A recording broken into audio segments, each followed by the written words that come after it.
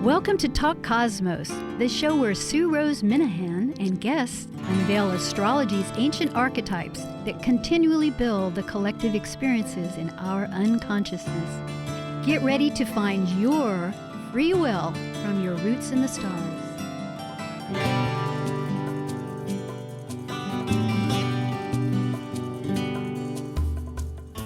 Hello, once again. This is Rose Minahan, Talk Cosmos. Tonight's a very special occasion. We've been having this monthly cosmic collaboration, and it's been with individual commentaries. But no, we are above the horizon on the horoscope, and that's something for those without astrology understandings to realize. And in Libra especially, because this is still in the archetype of Libra, where we're self-concerned with the other of anything, in partnerships and relationships. And so we're having a panel discussion, and there will be two guests on a routine basis, and I'll introduce them in a moment, and we'll juggle along. And in fact, that really, and I say juggle along, I mean that we've already projecting the other monthly occasions where we'll be meeting and discussing these wonderful issues to really contemplate and expand our thoughts. And let's see, I was getting so excited here and all these different ideas. But that's right. Tonight's subject for Libra, for the Libra cosmic collaboration, is a quincunx. Now, that's a tricky word, but I'll describe it. Adjusting relationships. And that's exactly the name of the game for quincunx. Etymology, quincunx. Quing means 5 into 12, and it was a monetary value. And interestingly, it was called Libra. And interestingly, with Libra, right now, just this is the strange world, the way the world coordinates the spiritual, you might say, with extra factors to add into our way that we plan the world. But the point is that values is a very pertinent part of Venus that rules Libra.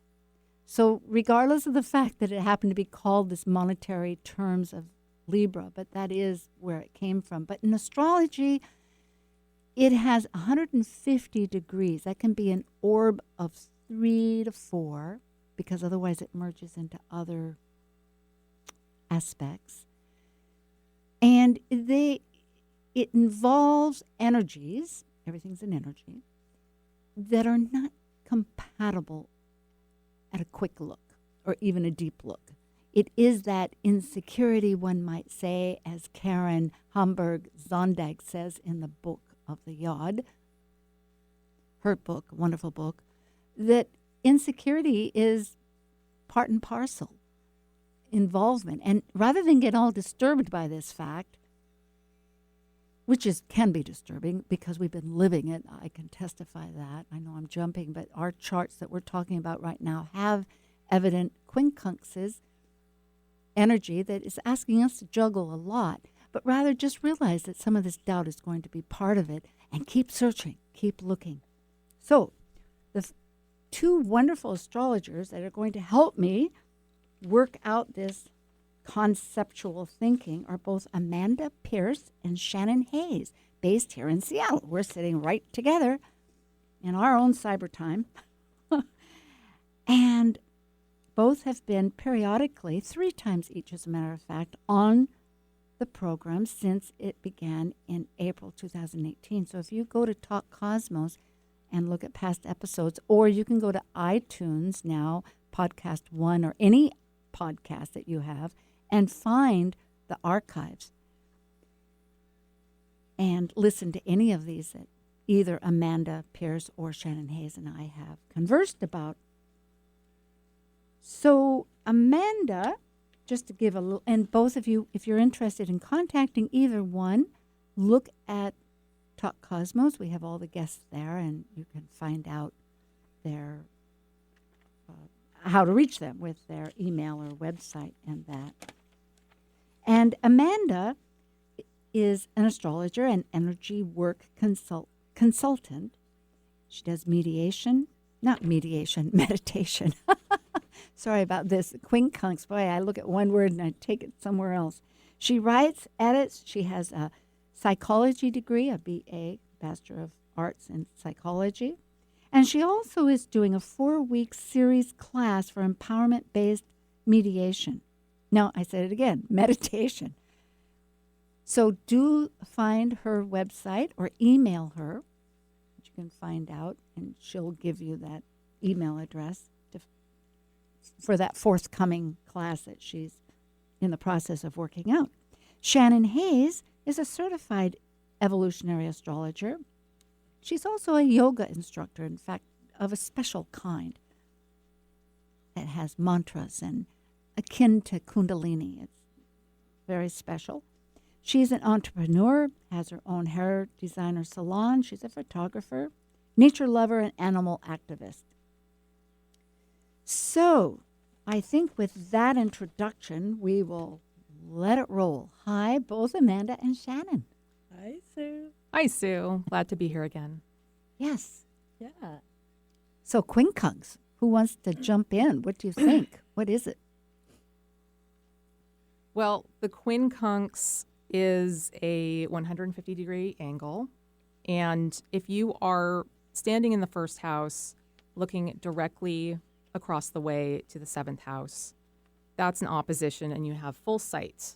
When a quincunx is moving from the first house to either side of the 7th house, so one house over. And it's challenging energy because it's kind of in your blind spots. So 150 degrees is really, you don't have a sight line to it. So it's difficult to kind of get a handle on. It's so true. I know that we've been talking about this tonight quite a bit and sharing our own experiences. And it's like I'm living in a laboratory because I hadn't brought up it that we are going to talk about the new moon, which is only a bit ago. I mean, we're still in Libra, and the full moon coming up. And as I think you, Shannon, said, or perhaps Amanda, now I'm getting confused. Who said who? Midpoint. Yes, right in between. Right. So both of them have these really powerful quincunx which we'll bring up later. But it's been a lot to juggle. Well, I like Amanda's point about the being in the blind spot. I think that's a really good analogy for me with quincunx because it's energy, like you were saying, Sue, that seemingly doesn't really necessarily jive well together. So, it's almost like you're driving in a car, right? And you got that blind spot and you can't really see what's going on. So you got to crane your neck a little harder to look behind you. It's that same sort of feeling. So it doesn't necessarily imply that there's no resolution there. It's just that there needs to be adjustments made in order to find a resolution and to make the energy work a little smoother.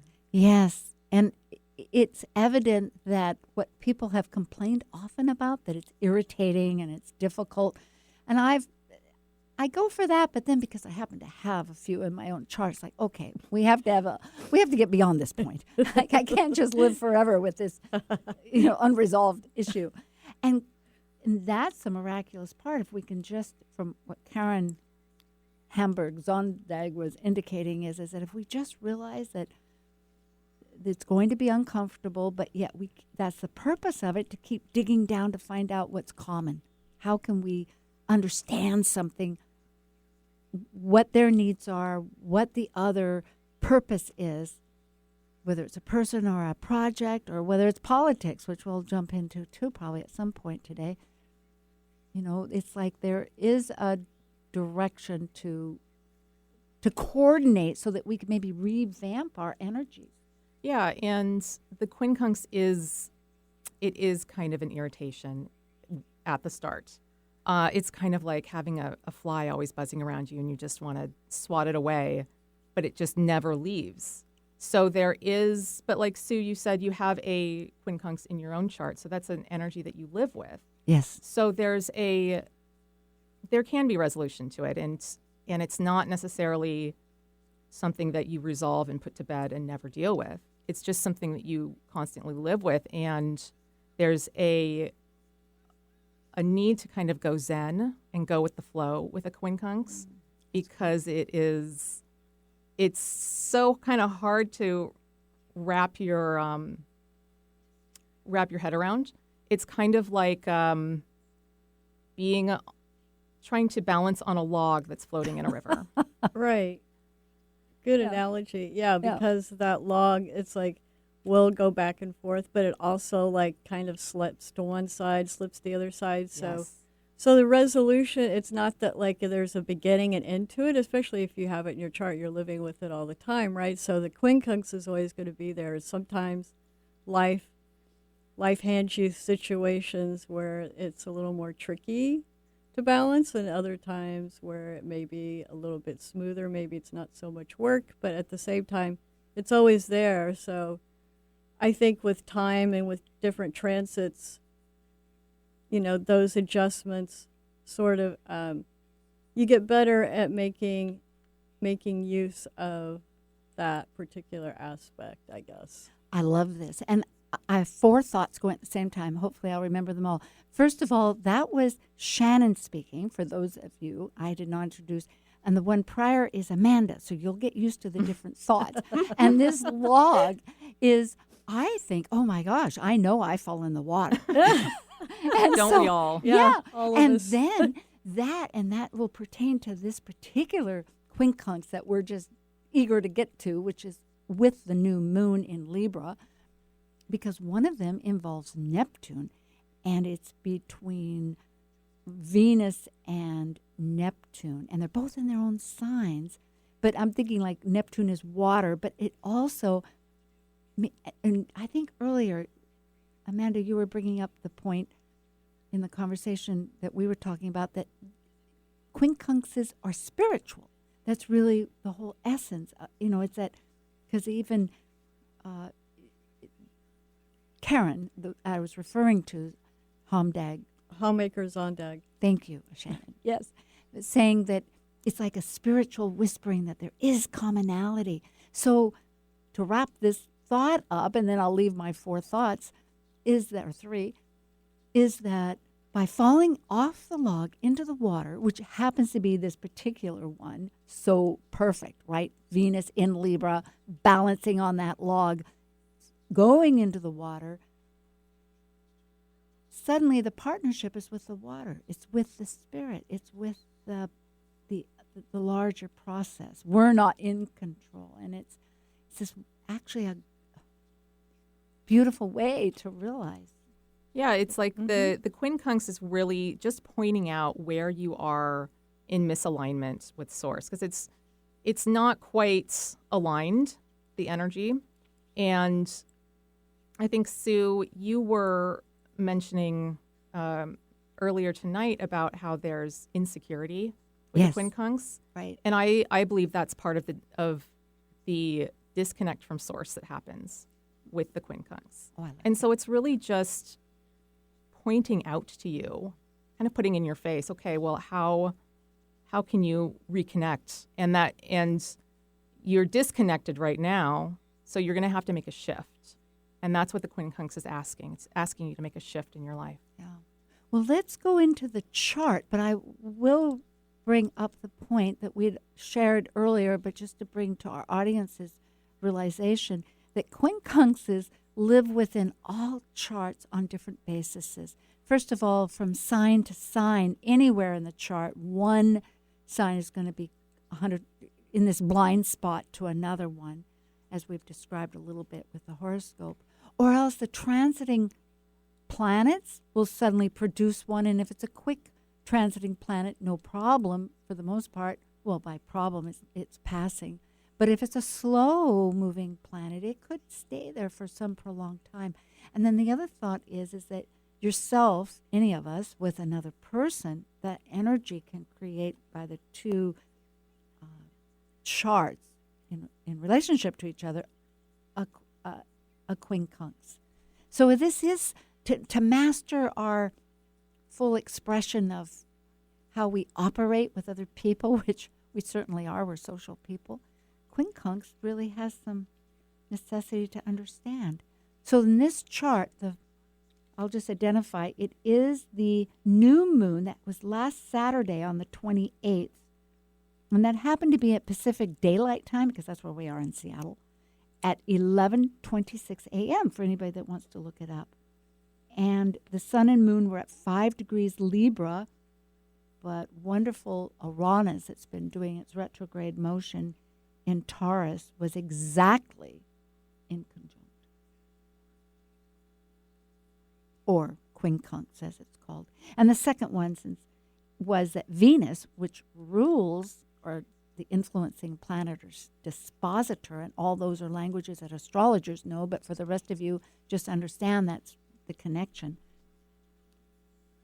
which was in its own sign of Libra. It rules two. It rules both Libra and Taurus, so it rules... It's ruling the sun, moon, and Uranus in this chart. Exactly. That other in conjunct. It happens to be in conjunct to Neptune, like the falling off the log.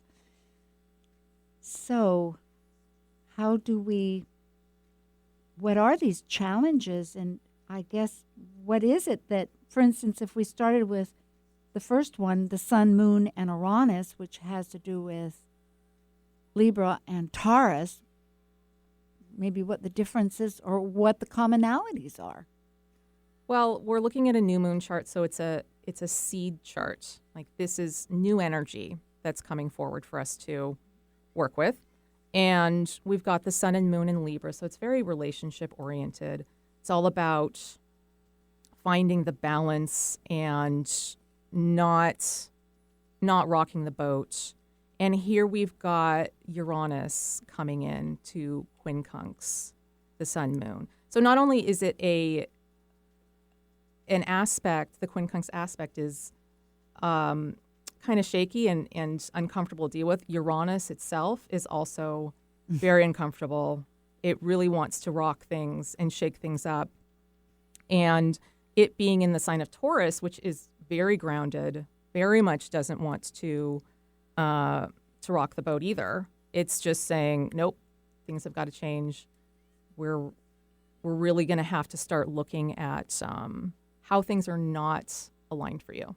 Yes, to our best value, to our authentic self. Speaking of Uranus, that really wants to elevate us to our higher. Right. Exactly. Uranus really wants to take things to a better level. You know, so if something's not working and Uranus is involved, it can be uncomfortable, but it also like is necessary, and Uranus will put it right out in your face.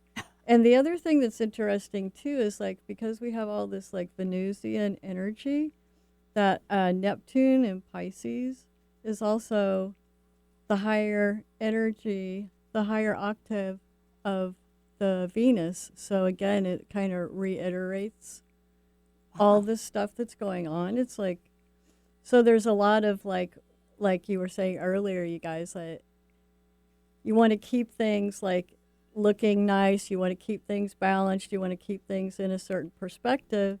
But because it's an inconjunctor, however, what's the other? Quincunx. Quincunx. I Yes, always want to yes, say yeah. quintile. It's like, oh my God, it couldn't be further There are from these that. Q words. Yeah. Right?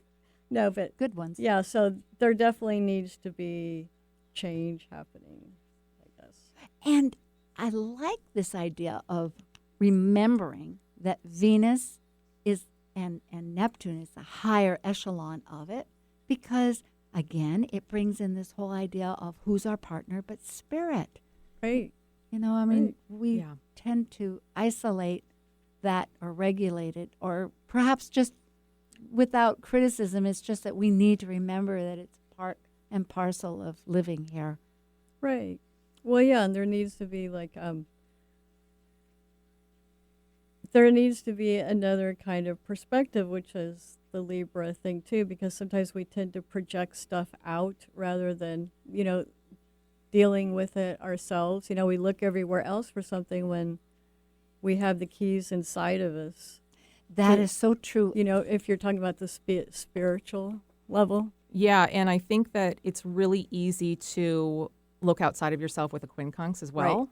instead of looking within to kind of solve the issue. Exactly. Interesting. Yeah. Oh, because perhaps it's the doubtful part. And I'm thinking with Well- Libra, see, immediately, because it's other, it's very, the shadow side is to project and not take ownership, because relationships can be our reflection, and it's a growth process to have that comparative business, ideally. But here you're adding that with quincunx.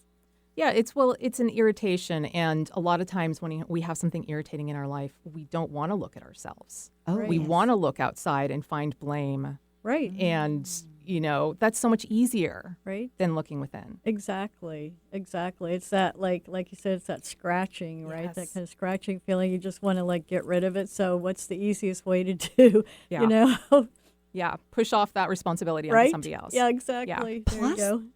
This is ringing bells, because Neptune, one of the downfalls of Neptune, because it's encompassing everything, is ideally it's the unity. It not ideally, it is the unity.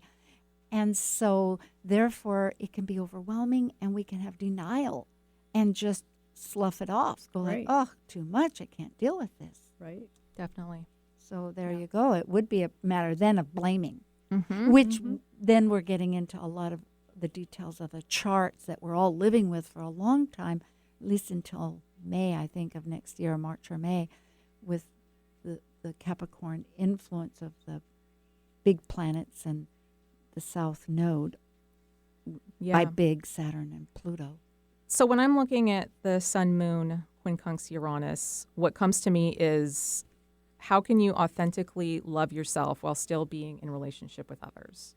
Because Uranus is going to come in and it's going to want you to radically break through or break free from how you've been treating yourself. Radical, love it. Yeah. So it's kind of like radical self-care. Right. Well, Well- yeah, because, sorry. Do you want to No, please.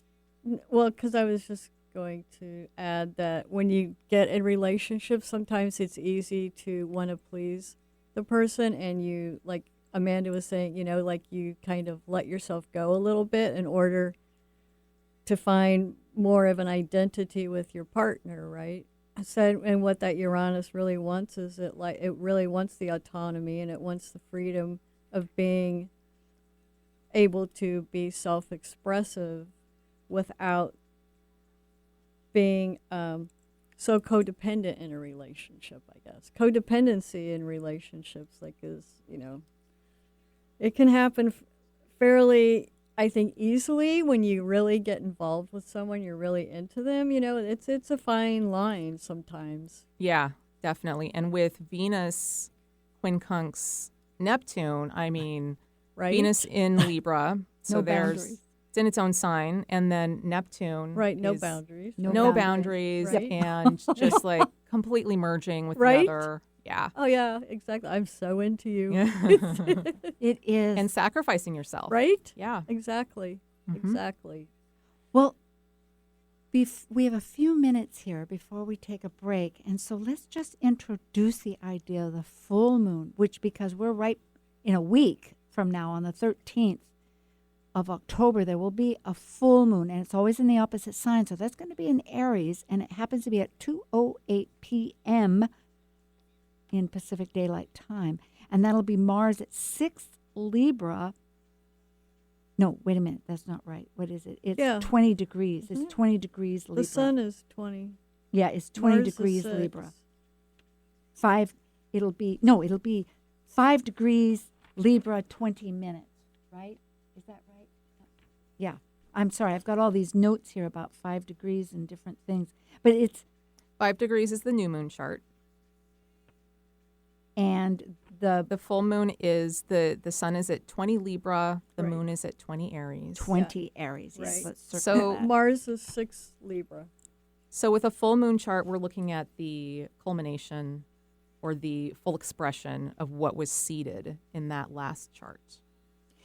And so we'll leave on one thought just involving that, and it is that ruler, which is Mars, happens to be in Libra, and it's exactly quincunx Uranus. So Uranus has switched. It was quincunx, the sun moon itself, and now it's it's in conjunct Mars, which is influencing how the moon wants to be autonomous and free. Yeah, the moon is in Aries, and so it's Right. ruled by Mars, Right. and that Mars is quincunxing Uranus. So here the moon, it has individuated from that kind of merged sun-moon conjunction of the new moon that was all in Libra. Now the moon is in Aries, and it's getting a little bit of space to be itself within relationship. And with Mars now quincunx Uranus, I would say it's putting radical self-care into action through the lens of relationship. Gee, well, we'll return pretty quickly. This is good. This is with Amanda Pierce and Shannon Hayes here in Seattle. Oh, and I didn't mention that this is repeating on the 10th at 6 to 7 a.m. That's a Thursday. This is Talk Cosmos with the Libra Cosmic Collaboration Panel, a new edition of this once-a-month feature of Talk Cosmos. We'll be right back.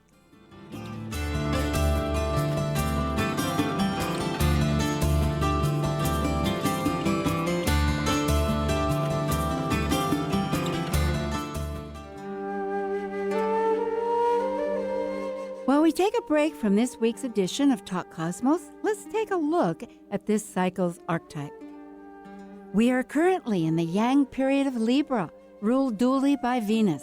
By leaving the lower hemisphere of the self, the energy of Libra enters the arena where the completed self meets the other than self to form a relationship based on partnership.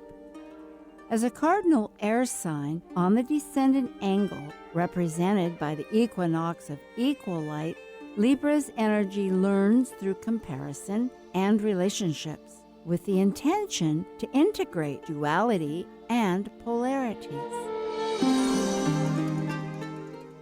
Intuitive coach and psychic medium Jane DeForest, the director of the Portland International Association for Near-Death Studies and author of the book Love Never Dies, will be appearing at Seattle's East-West Bookshop on Friday, October 11th for intuitive art readings from 11 a.m. to 7:30 p.m.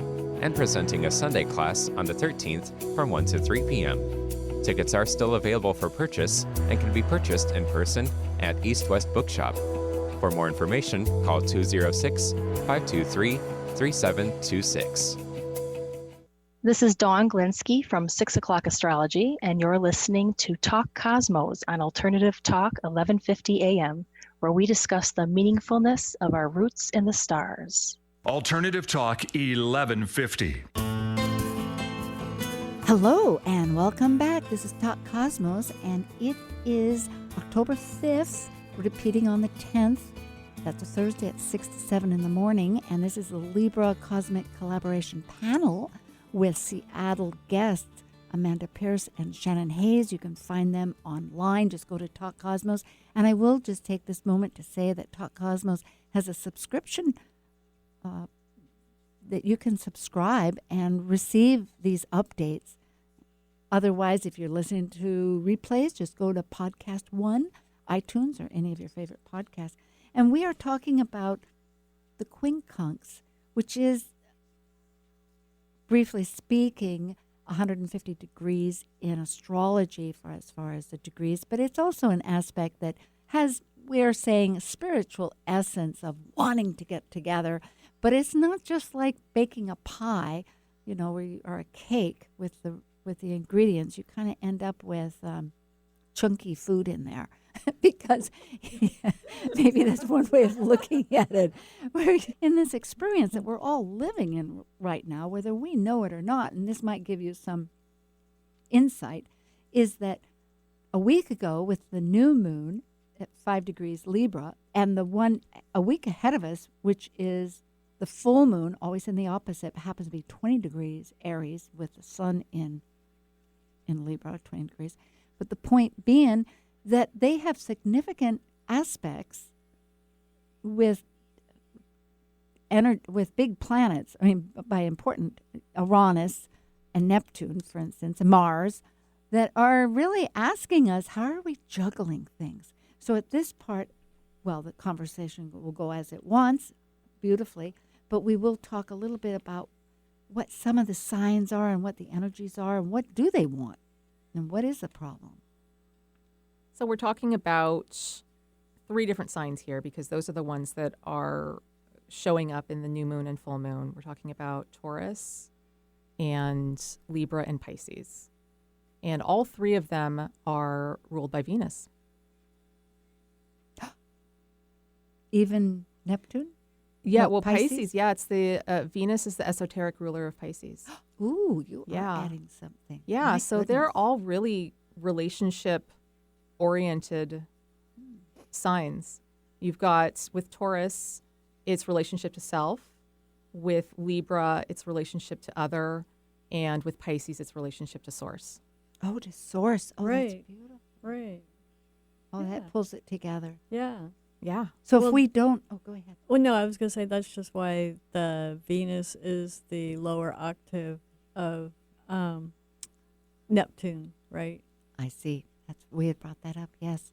So we really do need to remember that we have this other energy that is Neptune works on its own accord. We can't tell the sun to shine That is true. or the rain. We can dance, but it may or may not. There is a relationship. I mean, people's energies do affect it. I mean, I totally believe this. But yet still, it's not a direct A to B linear line. No, but life isn't linear, you know? I mean, that's just kind of how things work. I mean, just by being who we are, we're affecting energy, and that energy gets affected by everybody that comes in contact. So, I mean, you know, the transits, the planets moving from sign to sign. Yeah. And life is messy and relationships are messy. Right. And that's perfectly explained through the yod between Taurus, Venus, and Pisces. Well, that Right. brings up the point. It is a yod, and just to bring up the fact that the quincunx is integral to a yod. Although for these charts and for this conversation, we're not really focused on the yod, but it is important because the yod has the 2 planets that are in conjunct or quincunx, 150 degrees to 1 planet, the apex. But those 2 are in a little bit of a partnership because they're sextile. They're like connected. And so, There's an easier flow of energy between the planets that are sextile. I don't think that a sextile is always a super easy flow of energy, but compared to like quincunx, definitely there's more commonality between the 2 planets that are sextile. Whereas with a quincunx, there's 0 commonality. Right. well, I remember David Pond, who's also a Northwest astrologer of great esteem. And in fact, he's going to be at WASA, which is Washington State Astrology Association. For any of those in the area, it's a wonderful organization. Just check it out. And he'll be speaking in January. But I remember a wonderful lecture that he did give maybe over a year ago, because nobody returns that often, but they do return, that he said sextiles. He talked totally about sextiles and what a strong connective force they were. So you're absolutely right. It was that a good distinction. They're not necessarily easily similar. They're no trine. No, that's for they're sure. not. But yet they can communicate. Yeah, And absolutely. that helps. Yeah. Right. There's a stop-start energy with They a quincunx. decide they're making Right. that chunky cake instead of a pie. Right? You got to stir a little more of the chunks, right? That's right.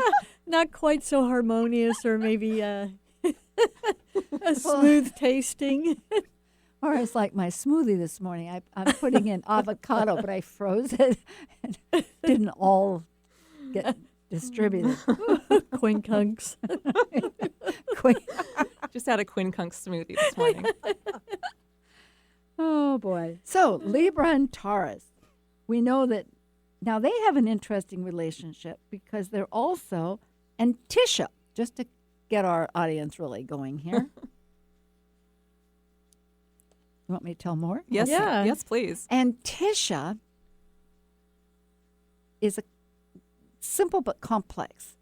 Let's leave it that there are these relationships, has to do somewhat it has totally to do with the fact of the sun leaving and rising or descending from the solstice. The solstice is when either winter or summer, 21st usually of either December or June, and the sun is either, the light is the least amount versus the largest amount, generally on Earth, for northern or southern hemisphere. So the point is that, and I don't want to get too complex here because it's hard to visualize it in a sense without seeing it. But from the equinox point, because there's 4 points, these angular light points are directions. They're fundamental to our Earth, and we don't think of it this way, even in astrology. I know we do here among us three because of teachings from many astrologers. But the point is that Taurus, as it's ascending from, the sun is ascending in the sky towards the summer solstice, and then it meets at the summer solstice at 0 degrees Cancer. And as it's descending, going back down to the equinox, the vernal equinox of Libra, it goes to Taurus. So it's equal. In other words, Taurus is equal if you look at the arc that way from Earth up to Taurus. So they have similarities. Yeah, and I'm definitely not an expert on Antisha, but, and Sue, correct me if I'm wrong, but if you were to look at an upside down U, where the sun is traveling in one direction up and then another direction down, and on each side of the stems of the U, Shannon, do you want to say something? Oh, one moment, just a moment. We have a caller. Yes, hello. Hi. Oh, are you taking a call now? Yay. Well, okay. I guess we are. We're happy. Yes, and who am I speaking with? Yes, thank you. My name is Alexa, and I just find this show so fascinating whenever I can tune in, so thank you for doing it. And I found this discussion really interesting. I'm wondering, my first question, it's kind of a related question, but when we look at one's chart, do we look at which is more influential in the chart, the house or the sun sign? The reason why I'm asking is because we're having this discussion around Libra and Taurus and Pisces, and I have all of these signs in my chart prominently. And that, go ahead. I was going to jump in. Yeah, so I'm just trying to just sort of figure out which one to focus on because they have different qualities. Well, that's a beautiful question in the sense that that's exactly, I think, in a sense with a quincunx. I'm not saying yours are quincunx, but in a sense that illustrates what we've been discussing here is that one wonders sometimes, and in looking at one's chart before one really understands the energies and can synthesize them, because that's essentially what one wants to do.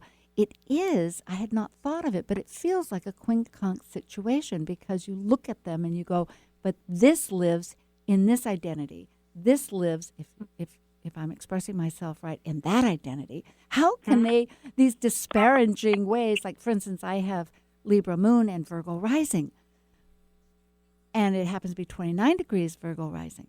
So I'm also, there's, every chart has its own situations. So sure. I myself just telling you this is A, you're on the right path, but B, there could be one that has more strength to it depending on which house it's in. Sometimes, like if it's in the first house, that's really with your identity. There are subtleties here. And there could be that there's certain aspects between two of them, like the sun and the moon, and then that gives a lot of prominence to that. So there's a lot of subtleties here, but I wouldn't, and I'll just finish with one thought and then let the others interject.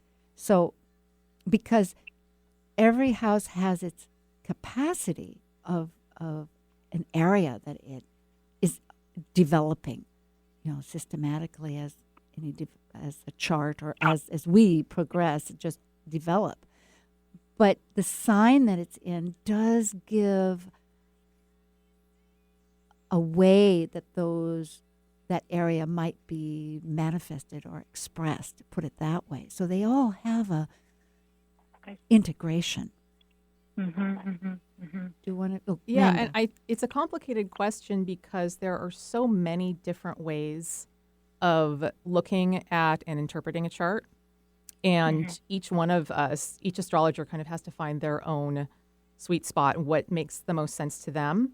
And so when I'm looking at it, if I'm not going to I'm not going to say that the sign is more important or the house is more important. I'm looking at them in different layers in a way and seeing how they kind of blend together. So for instance, in my chart, I've got a lot of fire and air, but not a lot of water, but I have all of those planets in a lot of the water houses. So that adds another water element to my chart that you wouldn't necessarily see if you're just looking at the signs. Similar. Me too. I respond to that. And so you really have to kind of look at the whole chart and see what the themes are and kind of feel it out for yourself. That would be my advice. Plus, plus if there's a planet in one of those houses, of course it has certain activity.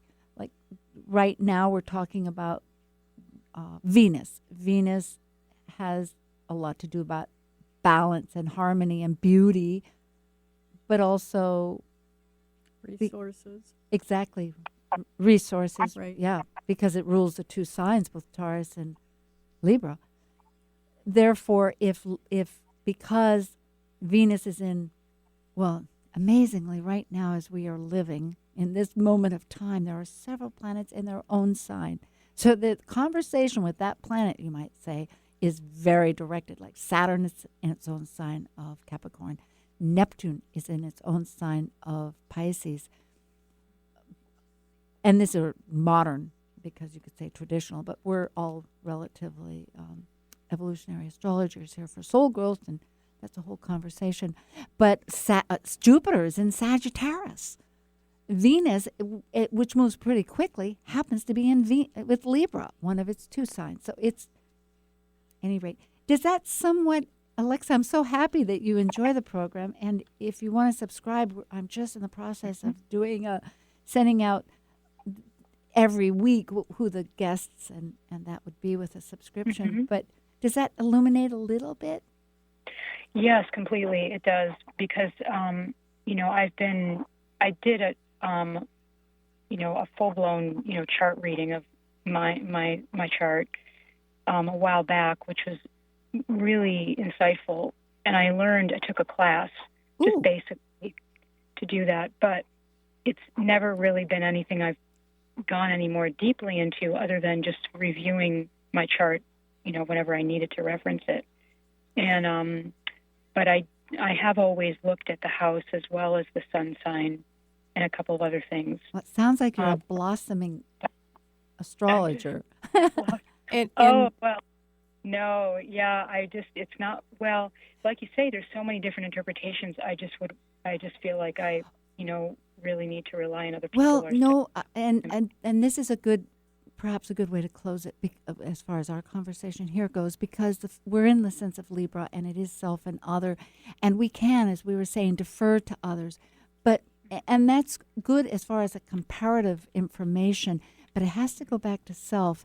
And the fact is, with a really good teacher, one can learn what the actual energies are and understand how they develop going around. Shannon has something to say. So have you read any books on astrology at all, Alexa?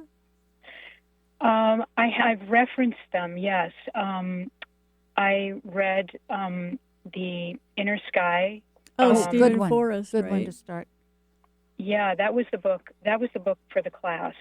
And Cunningham, nice. Donna Cunningham has another really good basic book out. I can't remember the name of it. Well, I was going to recommend, do you know who Demetra George is? Who again? Demetra George. No. She has a book called Astrology for Yourself, and it's like a workbook. And yes. before I started studying with people in astrology, I did her workbook just to take me to another level, because I was taking like courses at community college and reading different books, and I had this hodgepodge of information without like a foundation. And so I was referred to that book. It's called Astrology for Yourself. It's by Demetra George and somebody Block. I think I have it. It's a really excellent book, and it actually gets you even more excited, and it's easy to get into, to see how far you want to go without spending a whole lot of money. She's a master. And I will say, are you here in Seattle, Washington? I am. Okay. Just to mention, Laura Nalbandian is having, she started it. Whether you can come into it or not, I don't know. I don't know anything about the program, but she is collaborating with 2 other astrologers to do a foundational. I started off with Laura. She really teaches nuts and bolts. She's great. So you might consider reaching out. Soul-wise astrology. Soul-wise, yes, astrology. Whole-wide astrology? Soul. S-O-U-L. Yeah, sorry. They're all evolutionary astrologers. Yeah, and it's wonderful. It's wonderful, I'm sure. Okay, well, thank you. Oh, of course. Thank you very much. Thank you. All right. Blessings. Wow, this was fun, and what an amazing illumination for me to realize it is like a quincunx understanding your own astrology. How can all these parts live within yourself? But they do. Yes, they do. So we were talking about, well, we hadn't talked about Libra, and, well, we could talk about any of the 3. Libra, Pisces, because it's not a yod, so we can talk about Libra, Pisces, or Libra, Taurus. Or if you want, Taurus, Pisces, for that matter, I guess. Somehow we're adding the mix in, right? But no chunks. Yeah, no chunks. Back to that recipe. Sorry. That's all right. I'm never going to think of quincunxes the same again. Chunky cunks. Yeah. Well, okay. I'm thinking. Quinchunks. So, we were talking about the Antisha, and you were talking about. Oh, God. Yeah. Sorry. Well, that's why I like you both are just very special. Fun. And remember, like when we were talking when Brett was talking with us about Antisha, and he mentioned that it's also like kind of like it's a mirror or like a shadow kind of image between the it is, that's right, because like you said, it has to do with like the 0 degree of the 0 and the blah blah the blah sun degree, going up right? and down, yeah, yes, the solstice rising and points, lowering, right? Mm-hmm. Yeah, so it has a lot to do with the sun and its shadows. So let's look at these 2, which happen to be Libra and Pisces. Did I say the other 2? Oh, my goodness. See, I think really I have to keep remembering that it is like juggling a lot. We're in these energies. We have the sun and the moon right now, and it's still affecting us. That's our emotions and our being, the will, and we're trying to connect with Uranus that's in Taurus of being our authentic free self, as we said. But in the meantime, if we look to our ruler, which is Venus in Libra, in its own sign, saying, yes, we can find balance. And as we were saying earlier, balance isn't always 50-50. It can be some odd thing that teeter-totters well. But it's looking at Neptune, where there's the whole unity. And so, and okay. Yeah, well, it's like looking at the whole picture, right? Maybe we should look at politics. Maybe that's where the answer is. Well, yeah, you can look and see the problems very easily. It's the external, it's not me. polarizations, right? That can be presented, right? Because also Uranus and Neptune, as they're both big figures here, Uranus wants the elevation of the group, and Neptune looks at the whole sum of the universe and the connection. Right. So somehow, and the service. So it's been brought up by other wonderful astrologers, that's one way out or in, however you want to look at it, is serving. How can we bring our attentions? What are our values? And what are they serving? Is it just us? Is it the greater like you say, the esoteric part of Venus. So looking at this great newspaper here, which I won't comment, but it's a wonderful one, and it's telling us of all these areas that we could look at so easily in the sense of quincunx. Like, how can we understand, in order to have a good relationship, the opposition, whichever side you're looking at it. One is the ecology. One is like even voting reforms, it's saying. Well, and with the new moon, the new moon chart, it's in Libra, and Libra can be incredibly polarizing. Oh, so that's where we are in our nation right now. And so we need better conversations. We need to be able to break down whatever the cliche thought is into some other dialogue so that we can get further. Like Defend Clean Water Act. Okay, I'm going to be Iranian and interrupt for a moment. Crisis begins. Trauma. No, but the Uranus wants action. Like, it doesn't necessarily want dialogue. It wants to, like, stir stuff up. And if you're going to stir stuff up, like, that is a bit more than, like, polite dialogue. You know what I mean? It's Uranus, like, it wants break it up. Yeah. Break it up. And it doesn't need it to be nice and no, clean or pretty. Or comfortable. Right. It can be It incredibly likes painful. uncomfortable. Well, right? it wants to get to the real deal. Right. It wants to get to the real deal. No matter what. Right. No matter what. Exactly. It's going to shake stuff up. And until it's in you an pay earth attention sign. and do something. So it's, and that's kind of where we're at politically. I mean, it's like, we have this House leader of the Democrats who's trying to keep everything nice and pretty and waiting. And it's like, you could look at that. It's like, and what's happening? It's like people are starting to get upset. People are calling for more action because they're tired of inaction. And it's like, it expresses that. That's and I do have to take a little moment here to bring up for next week. But Shannon, that's a good point, because since we brought up the idea of politics, we can see the need of, well, it's hard to say because nothing's faded. Right. It's how we work with anything. But the fact is the world's constantly evolving. And changing. Yes. And so this energy is where, if things aren't resolved in some ways, it's right. There's going to be a shifting of evolving transits to say, we're going to get you. Well, next week, I'll just make this announcement now. Talk Cosmos is still with Libra, and Liz Mochette will be joining us. And Liz has some wonderful classes that she's she's holding in Marysville. So if you look online, you'll see that Liz has some numerology. She's just published a book. It's quite fascinating. And so we'll be talking about the full moon in another relationship, because all of these energies, they work with us in many ways. As Alexa was saying, it's many interpretations.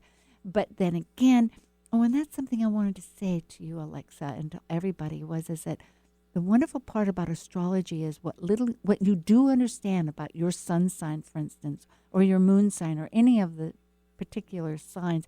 When you meet somebody or hear somebody talk, they can illuminate a further expansion of how that energy is used, because that's how it works. So getting back here, and this is the 5th of October. We're on a repeat on the 10th in the morning, and this is the Libra Cosmic Collaboration with Amanda Pierce and Shannon Hayes. And we've been talking about quincunx, how to juggle and still learn and go beyond our insecurities. So Amanda and Shannon each say something, and we'll sign off on this great night. Thank you, Sue. My takeaway from this is quincunx. Oh! Thank you, Sue. I love quincunx. Now that's your own recipe. Okay, folks, we'll have a smorgasbord A yet. smoothie. Yeah, I want this buffet. Okay, you're all great. And we'll be coming back. See you Thank later. you. Thank you.